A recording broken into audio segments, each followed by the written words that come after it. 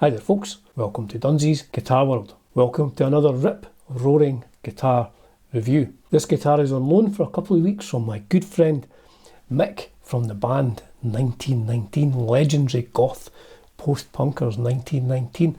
I'll put a link in the description to the video, please do go and check them out. So, Twisted Nerve, the band I play in, we're doing a gig in Glasgow a few weeks back with 1919. What a night, brilliant night.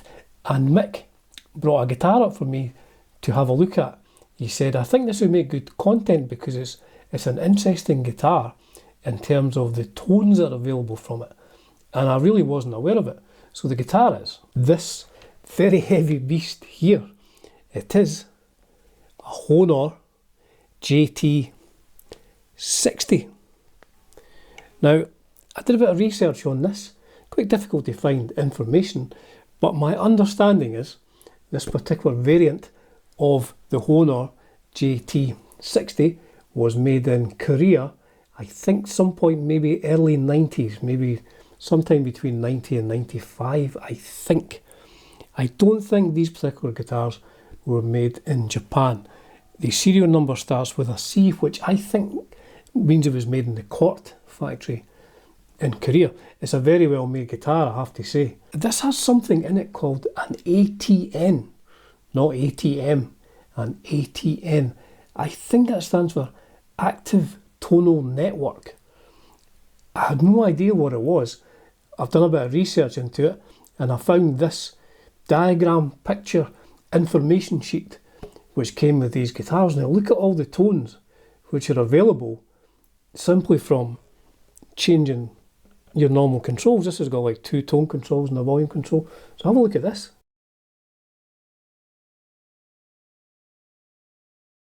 So tons of tonal options available.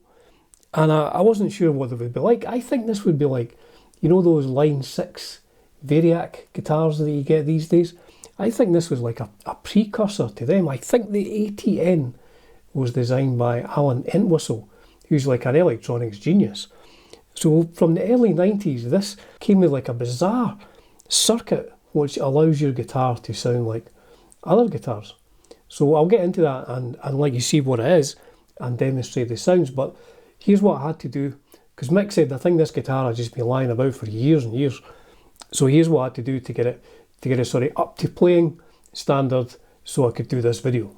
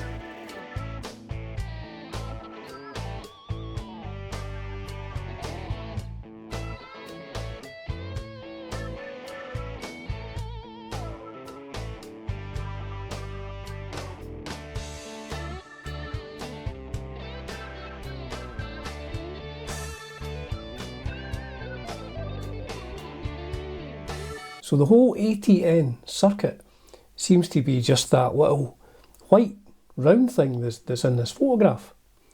I guess what it's doing, this is just a guess, I'm not an electronics genius like Alan Entwistle. I think it must be changing like the capacitance of what's coming from the pickups and stuff like that, and he seems to take certain frequencies out, so your guitar sounds like more like a Strat, or sounds more like a Telecaster, or more like a Rickenbacker, Les Paul, or an acoustic.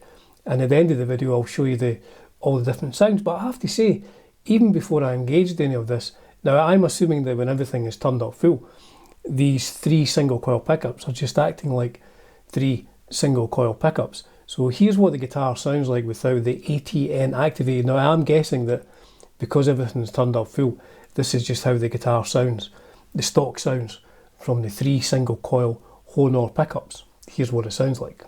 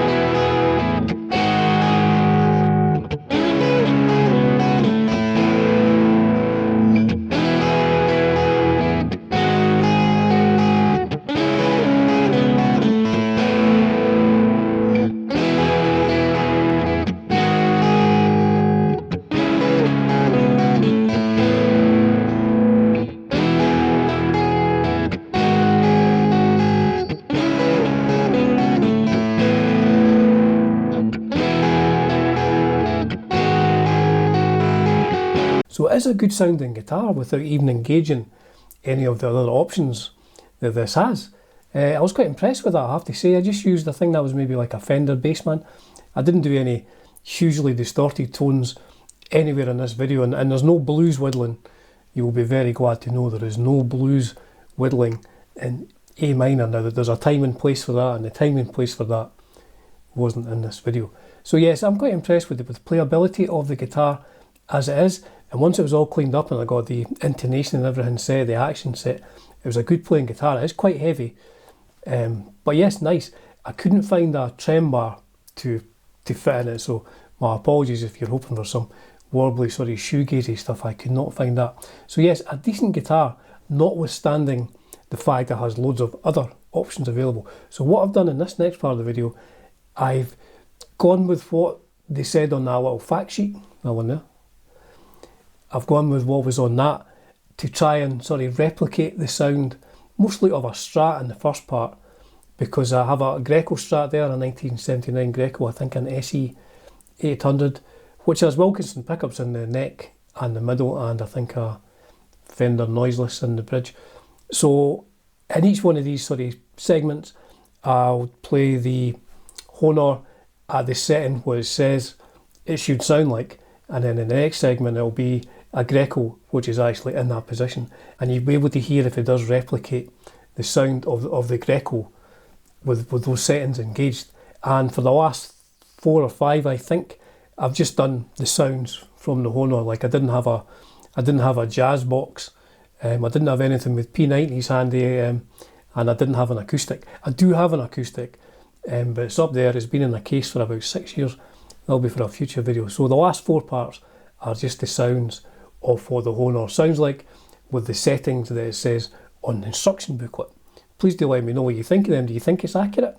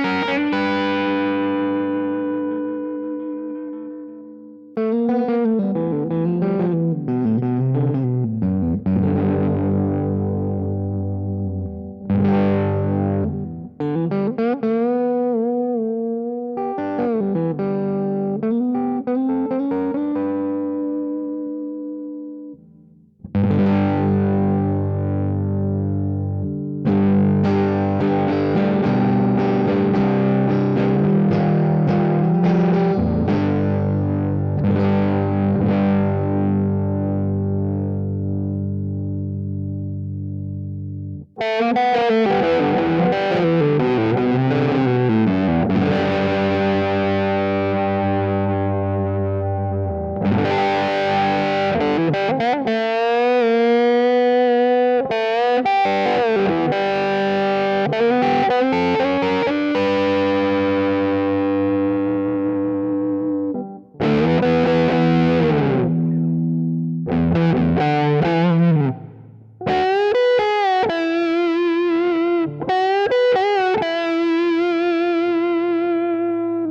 there are some really good sounds there, I have to say. I was really impressed with the Rickenbacker sound. I thought that was great. That's why I played that sound a wee bit longer. I was impressed with that. I thought the Telecaster was quite cool as well. Maybe the P90, I think it just sounded like there was a wah-wah pedal engaged and I had just taken some of the frequencies out. The acoustic I did not think was a good sound at all. In fact, it just sounded like it was wrong. It didn't sound anything like an acoustic. The Strat sounds I thought were quite accurate, but I guess these are effectively Strat pickups that are in the HOHNER. So maybe from that point of view it's more accurate because it's using the same kind of pickups. But I was very impressed. I mean, bearing in mind, this comes from the early 90s. I mean, this must have been at the cutting edge of technology way back then, way before Line 6 and people like that were doing their modelling guitars. So there it is. There it is. The HOHNER JT-60, which is, I guess, a Jaguar style of guitar, 22 frets, rosewood fingerboard. I think they're like medium jumbo frets. They needed a good polish, I can tell you that. But it plays really well. I'm not going to do any blues solos. It plays really well, and it sounds good. And it sounds good even without engaging the ATN circuit. I was very impressed with this. So I'm giving this back to Mick on Saturday. I'm playing down in Leeds on Saturday with Twisted Nerve and Mick's coming along. And I will give this back to him, all cleaned up and playing really good. You will need to find a trem bar for this. The only real work I had to do, to be honest, other than just clean it and stuff like that, I did replace the tone pot because the one that was in it was all kind of seized up. It's good. It's a good guitar. I never really saw any reviews of these with all the different sounds, so I thought I would do this video. So thanks to Mick for giving me this. It was a good idea. This was quite good content for getting all the sounds of this crazy guitar from the early 90s. As ever, folks, it's a privilege and a pleasure bringing you content on Dunsy's Guitar World. Cheers for now.